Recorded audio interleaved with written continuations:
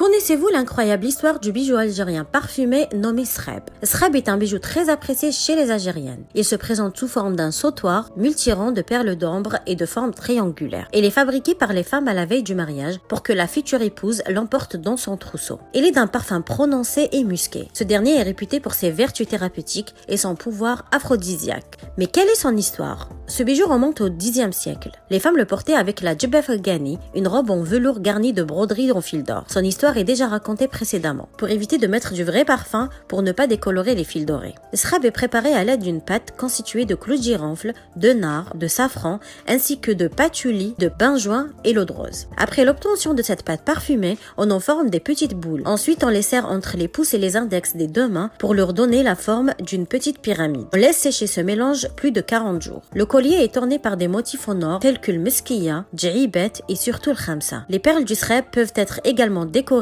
par les fragments de corail. Le sreb peut accompagner plusieurs tenues traditionnelles à part la robe constantinoise à noter. Aux Aurès, les femmes le portent avec le mlahfa, une ancienne tenue berbère en couleur noire décorée par des rubans multicolores sur les bords. En Kabylie, les femmes le portent avec taqendorf, une robe en satin décorée par des zigzags de couleurs vives et d'autres broderies multicolores. Dans la tribu de Ouled Naïl, les femmes portent deux srebs croisés avec une tenue blanche en dentelle en manches transparentes, laisse entrevoir les bras de celle qui le porte. Ce signe protège l'être du mauvais œil selon les croyances des habitants de cette région. N'oubliez pas de vous abonner et de mettre un like, ça me fait toujours plaisir.